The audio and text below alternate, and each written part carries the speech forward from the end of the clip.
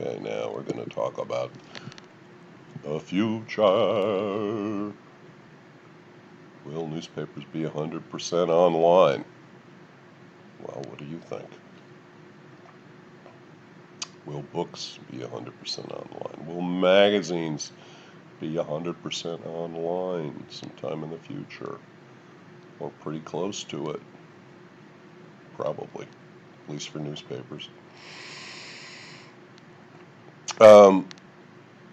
We've talked a couple of times now about the wire services. Remember, named for the fact that the telegraph wire went under the Atlantic and was the beginning. It was owned by a company that then packaged whatever news they got from Europe and sold it to other to newspapers.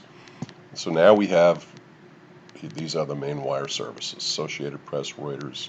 There's a European one, Agence France Presse. PR Newswire is another one. They have reporters. They get their own news and then sell it to newspapers who want to run news from Timbuktu. Can't afford to have a reporter there. Right? Does that make sense? So the reason I'm bringing this up again is here's a little piece that ran a couple of years ago. Because when we talk about future for any industry, we need to look at automation and artificial intelligence and replacing human beings with robots.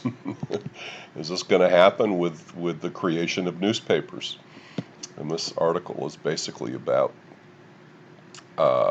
you can automate, and there are people already doing it, receiving the news write-up from the wire service, and rather than paying a person to turn it into an article, I can have a robot scan the words, use some artificial intelligence, and expand the blurb of news into a readable, digestible article.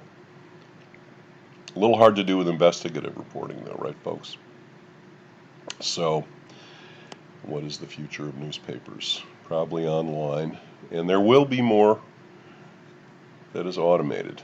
But I would again argue that the basic investigative reporter, it's going to be hard to let a robot do that, not for a long time anyway. And hopefully we'll continue to have investigative reporters, because without them, we are going to be in trouble. Just want to remind us, remember, a medium is in between two things. I want to remind us again, here's Joseph Pulitzer and his Pulitzer Prize.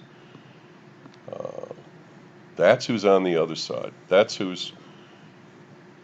the source is for what appears in newspapers. There's some truth there, folks, and it ain't FN. So we have now covered our discussion of newspapers.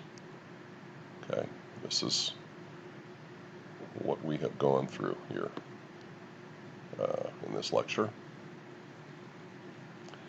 I'm going to stop, and I'm going to post a recording of the John Lennon, Paul McCartney song, A Day in the Life.